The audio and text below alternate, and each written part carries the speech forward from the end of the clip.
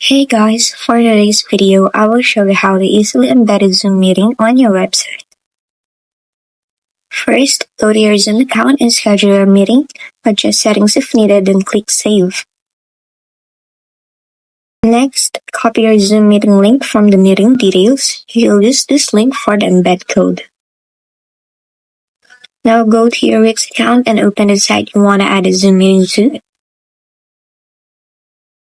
Go to the left toolbar, click on Add or the plus sign, then choose Embed and Social. Select Embed Code.